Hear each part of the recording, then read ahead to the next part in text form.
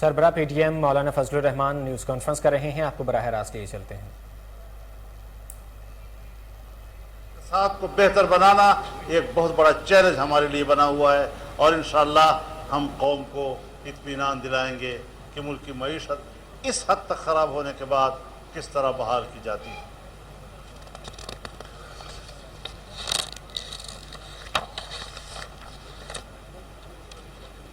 کچھ قراردادیں آج کے اجلاس میں ہوئی ہیں، تو اس حوالے سے جو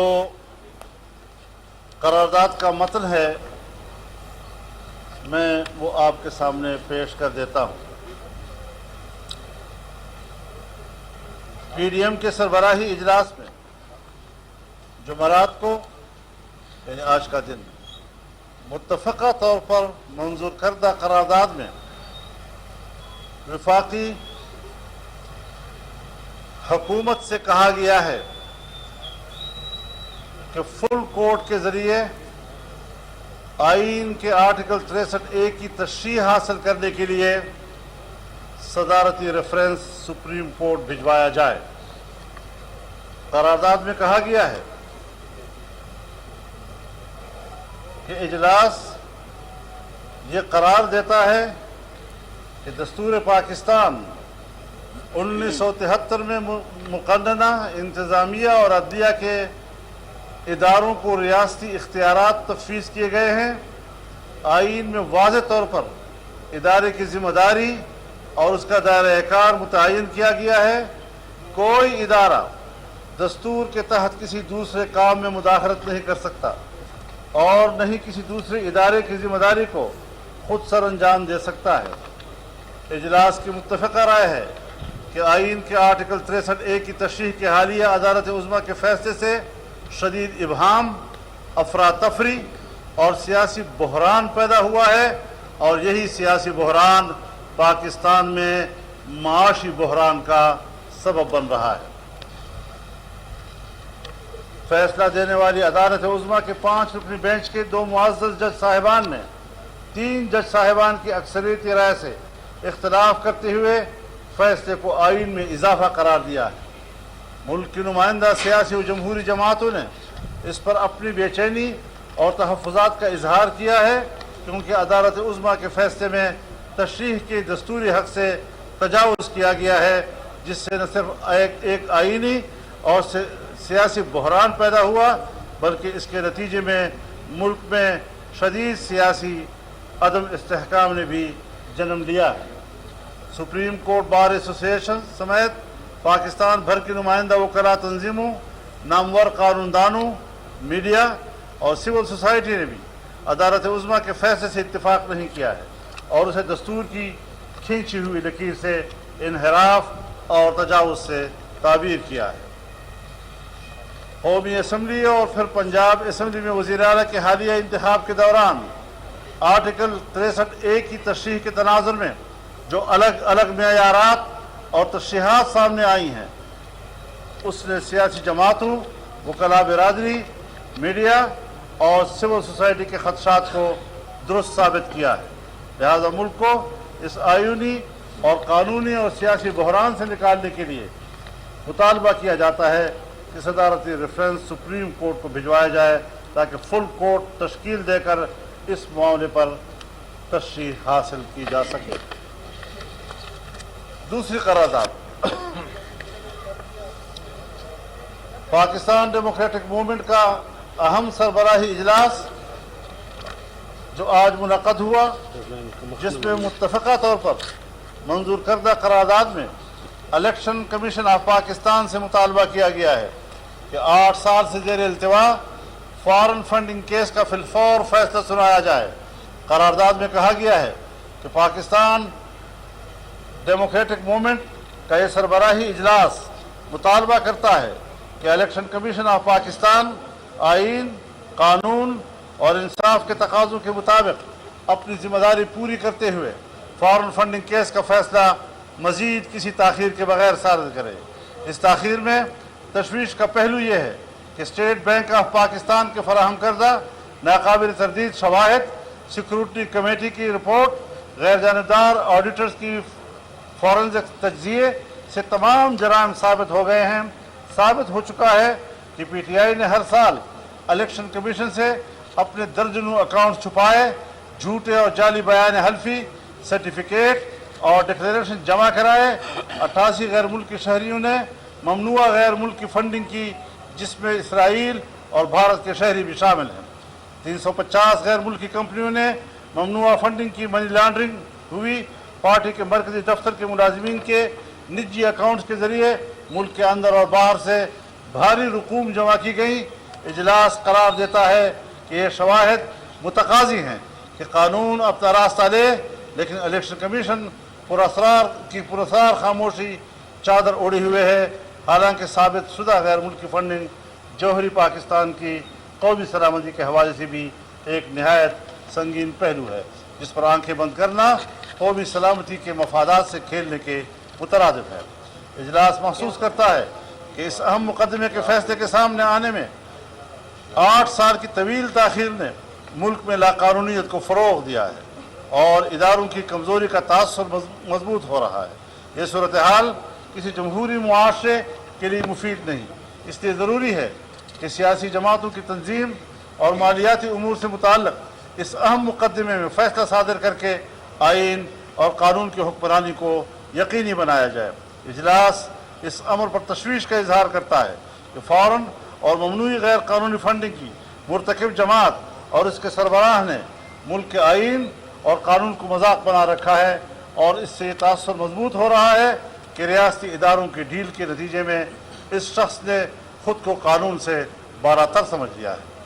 इस केस में फौरी फैसला आना इसलिए भी ज़रूरी है ताकि ये साबित हो सके कि पाकिस्तान में आइन और कानून की हुक्मरानी और ताकतवर मुजरिम कानून के ताबे।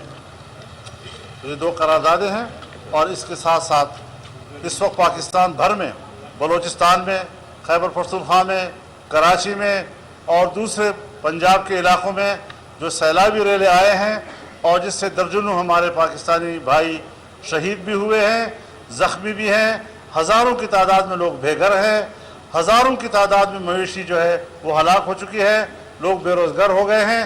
तो आज के इजलास ने उनके साथ यकजहती का इजहार किया, हमदर्दी का इजहार किया और हुकूमत को मशवरा दिया है कि वो उनके तमाम कर्ज़े माफ़ करे, उनको आफतज़दा इलाका करार दे और उस हवाले से उन्हें तमाम मराहत उनको दिए जाए। से में आते हैं सारे।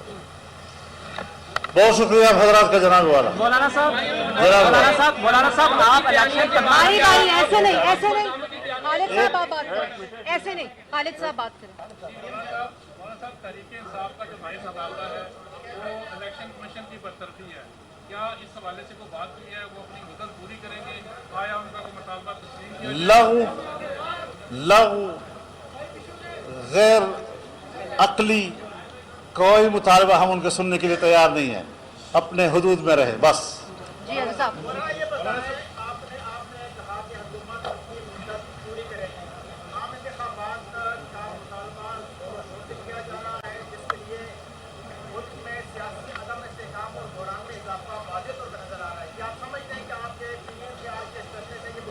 देखिए, मैं गुजारिश करूं आपसे, हम इनके पावर को समझते हैं। सोशल मीडिया फेक अकाउंट्स पर उनका पूरे प्रोपेगेंडे का दारोमदार है। एक झूठी खबर के पीछे 1000 लाइक्स फेक्स डाल देते हैं और वो समझते हैं कि शायद ये अवाम की आवाज़ है। हम अवाम की आवाज़ को जानते हैं, हम अवाम की आवाज़ में रहते हैं, और हम इनके ये जो छोटी मोटी तितलियाँ आगे पीछे होती हैं, इनकी कोई हैसियत नहीं है। मजबूती से और संजीदगी के साथ, बड़े खुद एतमादी के साथ हम फैसले करेंगे और हम आगे बढ़ेंगे। उस्मान 1 मिनट में दे रही हूँ जी। उस्मान, मौलाना साहब आप इलेक्शन कमीशन से मुतालबा कर रहे हैं इमरान खान के खिलाफ एक्शन ले। उनके ऐसे बहुत सारे ऐसे जराइम हैं जिसके ऊपर हुकूमत की भी जिम्मेदारी है कि वो भी एक्शन ले। हुकूमत एक्शन क्यों नहीं ले रही है? जिस तरह से इस सिलसिले में हुकूमत के अंदर हुकूमती सतह पर कुछ फैसले हुए और वो 1-2 दिन में सामने आ रहे हैं। वो सारे बड़े बड़े जराइम, ये जुर्म का मगरमच्छ है। इससे बड़ा मुजरिम पाकिस्तान की तारीख में शायद आपको मिलेगा ही नहीं जो कानून से अपने आप को बालातर समझता है अब इसके गिरेबान में हाथ पड़ेगा। और ऐसा आसान नहीं है कि वो इन चीज़ों को हजम करेगा। कभी कहता है जी अमेरिका ने मुझे हटाया है, अमेरिका तो तुम्हें लाया था। हाफिज साहब, और आपके घर का मकान का E7 में किराया 8-9 साल तक देता रहा है, और जिसने ये बात कही है वो कहते मैं अदालत में जाने के तैयार हूं उनके साथ। जी हाफिज साहब,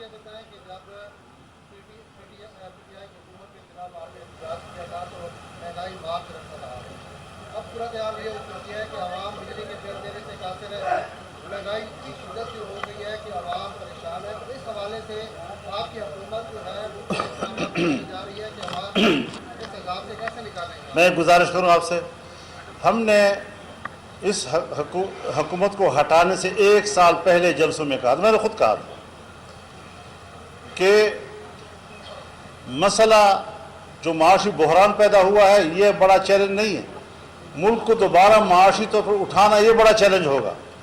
और वही हम देख रहे हैं कि किस तरीके से क्या क्या मुश्किलात हमें दरपेश हो रही हैं।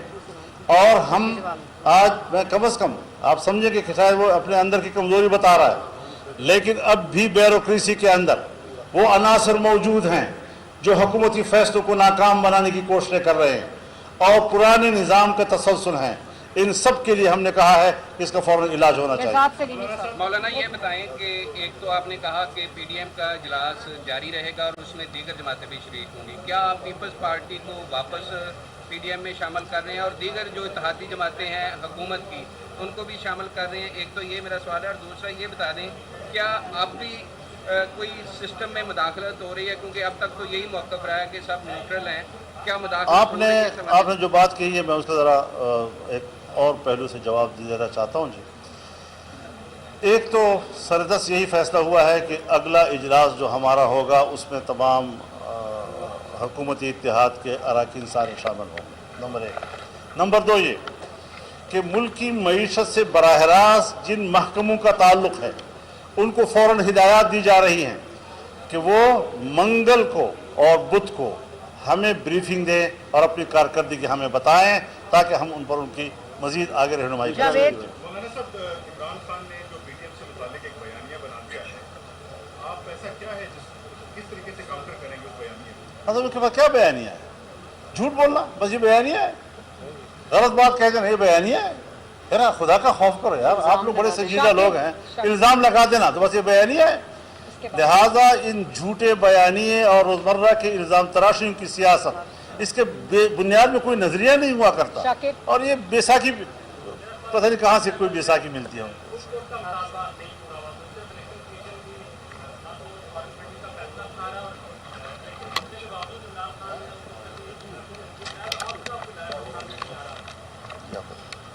जी बहुत शुक्रिया। अब माइक बंद हो गया तो कहाँ से ऑन करूँ इसको? जी आ रही है आवाज़? ओके। बिस्मिल्लाहिर्रहमानिर्रहीम। आपने बड़ा पर्टिनेंट सवाल पूछा और आई थिंक फुल कोर्ट का मुतालबा इसलिए रिजेक्ट हुआ क्योंकि इस किस्म का यकतरफा नाइंसाफ़ी पर मबनी फ़ैसला आना था। और अगर फुल कोर्ट बन जाता तो खौफ था ना, इस वजह से फुल कोर्ट नहीं बनाया क्योंकि ये नाइंसाफ़ी करनी थी, क्योंकि ये लाडले को नवाजना था, क्योंकि यकतरफा फ़ैसला करना था जिसमें इंसाफ का कत्ल हुआ है। तो ज़ाहिर है फुल कोर्ट में तो बहुत मुअज़्ज़ज़ जज साहबान शामिल हैं जो ऑनेस्ट हैं, जिनकी शोहरत दागदार नहीं है, तो उनकी मौजूदगी में इस किस्म का फ़ैसला करना वो मुश्किल तो नहीं, मैं कहूँगी नामुमकिन हो जाता। इसलिए फुल कोर्ट नहीं बना। और अगर नीयत में कोई ख़राबी ना होती, अगर आपने ये नाइंसाफ़ी ना करनी होती तो आपको कोई आर नहीं था, कहते जी फुल कोर्ट बनाएं, बैठें, चैलेंज करें।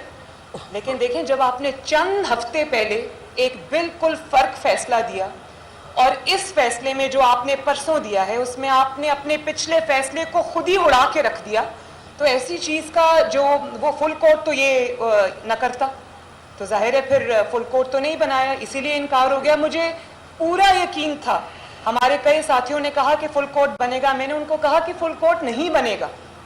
फुल कोर्ट तब बनता जब इंसाफ होता और उस पर स्टैंप लग जाती। یہ فیصلہ کرنا تھا تو فل کورٹ نہیں بنا. اب فیصلے کی طرف آ جائیں, مجھے اس پہ بھی بات کرنی ہے. دیکھیں فیصلے میں لکھا, میں ایک ایکسرپٹ پڑھ کے سناتی ہوں قوم کو. Thirdly, if a judge has unconsciously followed an incorrect view of law, he has, by conscious application of mind, the freedom to adopt the correct view of law subsequently. یعنی کہ اگر انجانے میں جج صاحب سے, کسی جج صاحب سے کوئی غلطی ہو گئی ہے تو اس کے بعد اس کو یہ موقع ملنا چاہیے کہ وہ اپنی غلطی کو, اس کی تصحیح کرے اور کریکٹ ویو لے لا کا. اب یہ بتائیں کہ غلطی اگر کی تو وہ بھی لاڈلے کے حق میں, اس کی تصحیح کی تو بھی لاڈلے کے حق میں. یہ کیسی تصحیح ہے بھائی, اور وہ کیسی غلطی تھی. اور پھر آپ یہ دیکھیں, ہمارے 25 ممبران بھی عمران کی جھولی میں, اور چودھری شجاعت حسین صاحب کے 10 ممبران بھی عمران کی جھولی میں. یہ ہے غلطی اور یہ ہے اس غلطی کی تصحیح. تو یہ میں نے پہلے بھی ٹی وی پر, یہ ٹویٹر پہ میں نے لکھا کہ یہ عدالتی قتل ہوا ہے, لیکن اس بار قتل جو ہے وہ انصاف کا ہوا ہے, عدل کا ہوا ہے. میرا خیال ہے کہ غلطی کی تصحیح اگر کرنی تھی تو اقامہ کی غلطی, جس کو پوری دنیا نے, جس کا مذاق اڑایا, پوری دنیا میں وہ ایک رہتی دنیا تک ایک ایسا مذاق بن گیا ہے جس کی کوئی دنیا میں جسٹیفیکیشن نہیں ہے. اس کے بعد تصحیح کرنی تھی تو عمران خان کو جو آپ نے سرٹیفکیٹ دیا ثاقب نثار نے صادق اور امین کا, آپ اس غلطی کی تصحیح کرتے. اس صادق اور امین نے 4 سال اس صداقت اور امانت کے سرٹیفکیٹ کے ساتھ جو پاکستان کی ہر شعبے میں تباہی کی, اگر آپ نے غلطی کی تصحیح کرنی تھی تو ایک جھوٹے شخص کو, ایک بے ایمان شخص کو, ایک چور کو, ایک مجرم کو آپ نے صادق اور امین بنا کے قوم کے سر پہ 4 سال مسلط رکھا. غلطی کی تصحیح آپ نے کرنی تھی تو آپ جو شوکت عزیز صدیقی صاحب کا ایک بہت سٹارٹلنگ ریولیشن تھا جس نے سب کچھ ایکسپوز کر کے رکھ دیا, آپ ان کی سنتے. وہ ریٹائر ہو گئے لیکن ان کی بات کسی نے نہیں سنی. سپریم جوڈیشل کانسل میں آج بھی ان کا مقدمہ جو ہے نا وہ نہیں سنا جا رہا. وہ شخص اپنی نوکری کی مدت پوری کر کے چلا گیا.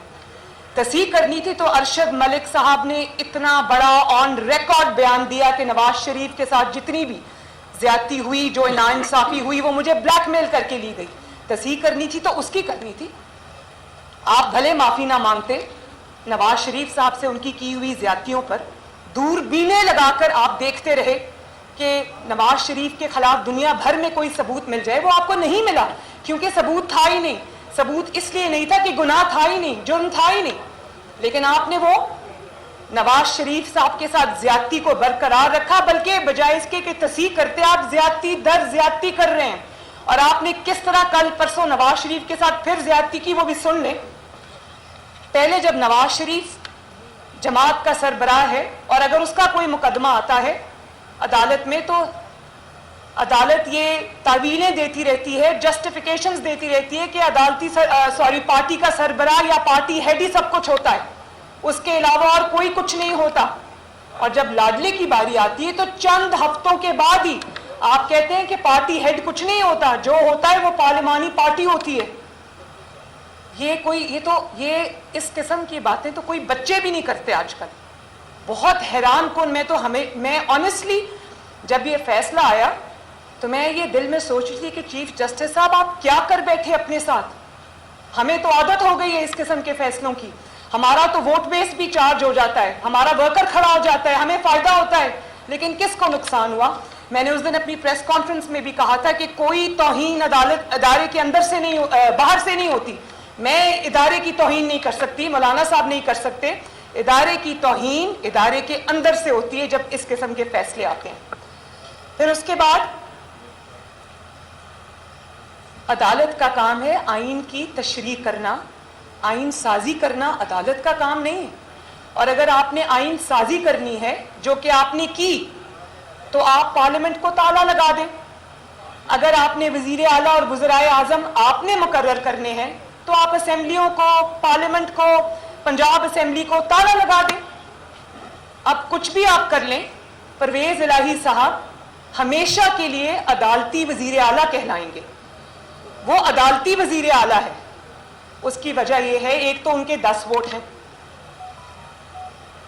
اور پھر اس کے بعد آپ کچھ بھی کر لیں، ان کو وزارت اعلیٰ حمزہ سے چھین کر ٹرے میں رکھ کر پاکستان کی سب سے بڑی عدالت کے 3 ممبر بینچ نے دی ہے. یہ عنایت جو ان پر ہوئی ہے وزارت اعلیٰ کی، یہ 3 ممبر بینچ کی دین ہے.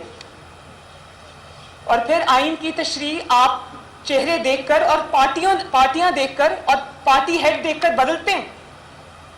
نواز شریف ہو تو آئین کی تشریح کچھ ہوتی ہے، اس کے چند ہی ہفتے بعد اگر عمران خان ہو تو اس میں آئین کی تشریح بھی بدل جاتی ہے، آئین کا حلیہ بھی بدل جاتا ہے. یہ ہے آپ کا انصاف.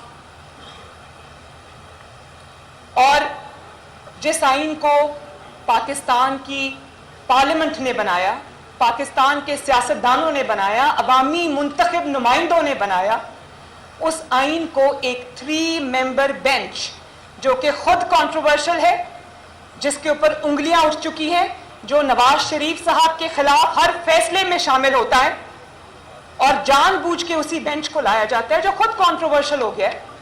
آپ اس بینچ کے ذریعے آپ پاکستان کے آئین کو عدالت سے اٹھا کر باہر پھینک دیتے ہیں، اس آئین کی آپ دھجیاں اڑا دیتے ہیں. تو اگر آپ یہ سمجھیں گے کہ اس قسم کے فیصلے ہم سر جھکا کر قبول کر لیں گے تو ایسا نہیں ہوگا. ہم اس آئین کے رکھوالے ہیں. اگر تالا لگانا ہے تو لگائیں پھر پارلیمنٹ کو. اور پھر ڈیپیوٹی اسپیکر اگر مسلم لیگ نون کا ہو تو وہ ڈیپیوٹی اسپیکر کو عدالت میں کٹہرے میں بلا کر کھڑا بھی کیا جائے گا، اس کی رولنگ بھی غلط قرار دے دی جائے گی. لیکن ڈیپیوٹی اسپیکر اگر عمران خان صاحب کا ہو تو عدالت اس کو بالکل نہیں بلائے گی، بلکہ عدالت قاسم سوری کو جال سازی کرنے کے اوپر 2.5 سال سے سپریم کورٹ آف پاکستان نے سٹے دیا ہوا ہے. یہ ہے تفریق، یہ ہے ڈسکریمنیشن، یہ ہے عدالتی جس کو کہتے ہیں نا انصافی.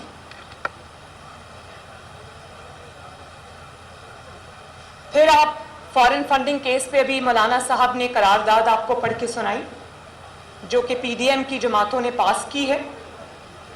پاکستان میں ایک ہی چیز محفوظ ہے اور الحمدللہ ہر چیز سے محفوظ ہے. ایک ہی چیز محفوظ ہے پاکستان میں، وہ فارن فنڈنگ کا فیصلہ ہے. 8 سال کی تاخیر.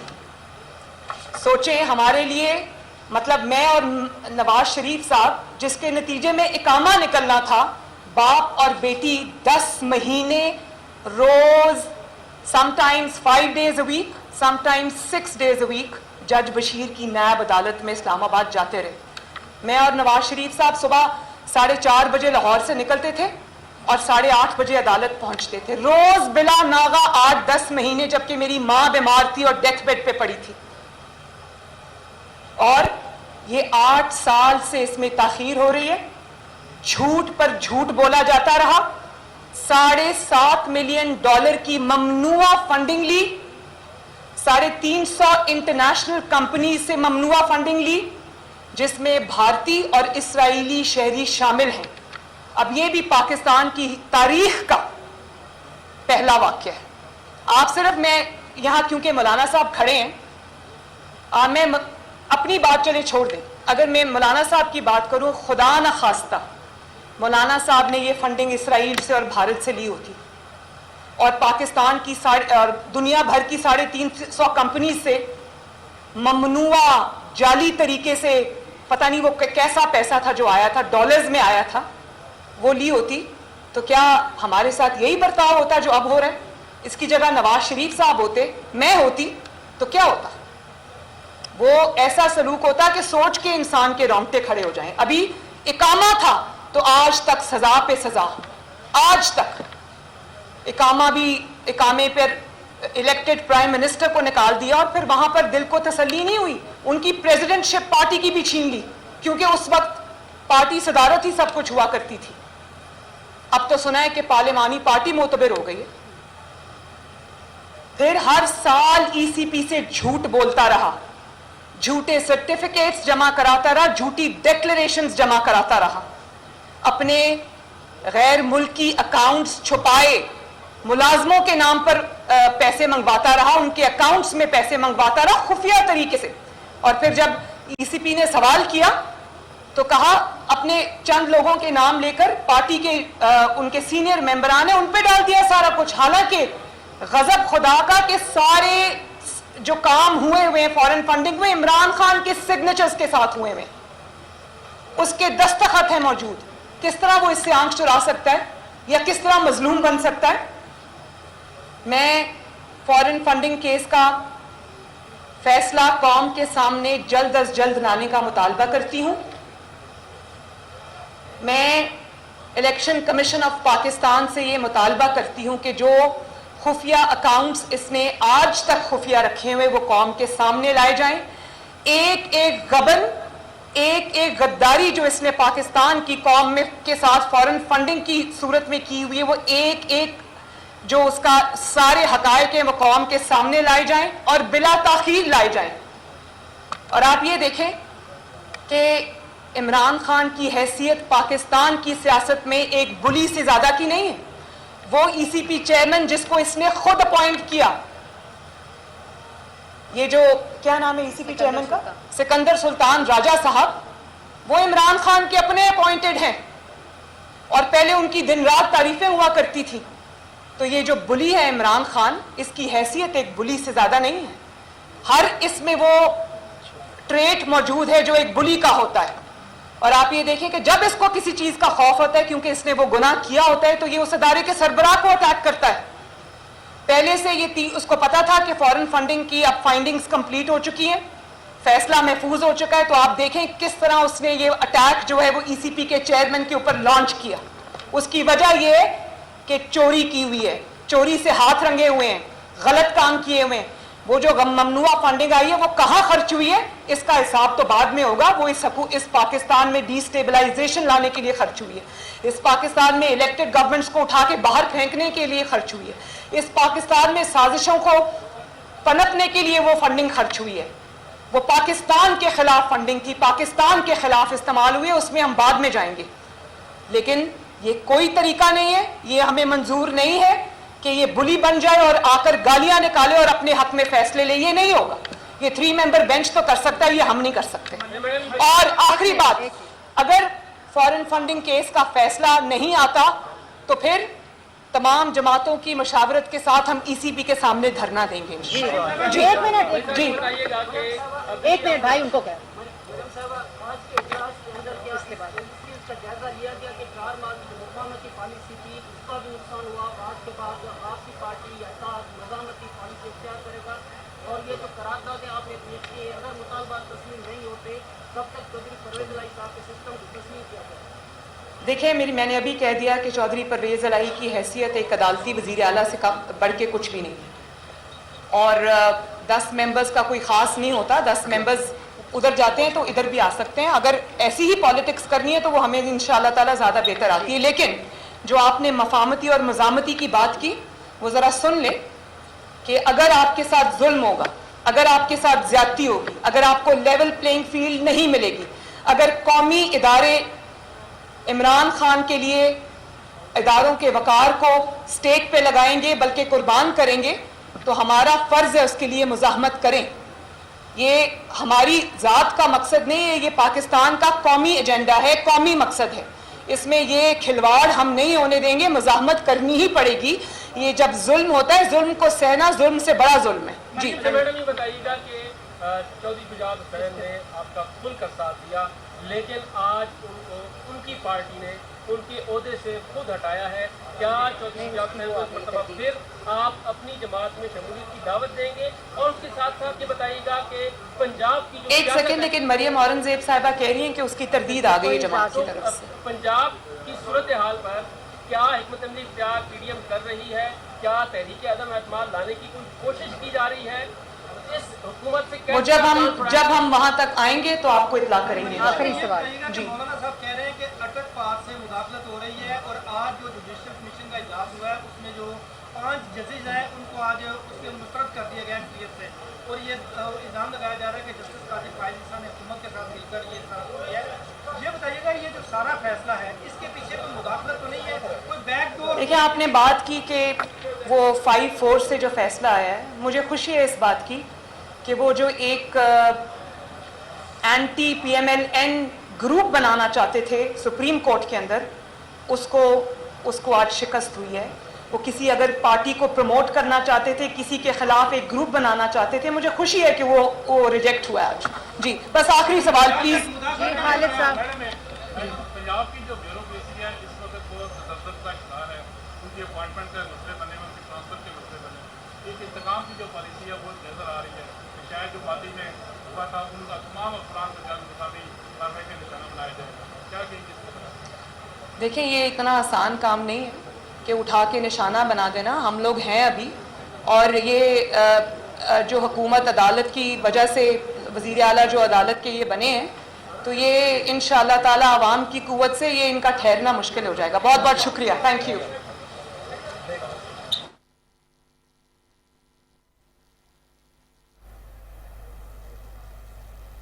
پی ڈی ایم کے رہنما اسلام آباد میں اجلاس کے بعد مشترکہ نیوز کانفرنس کر رہے تھے.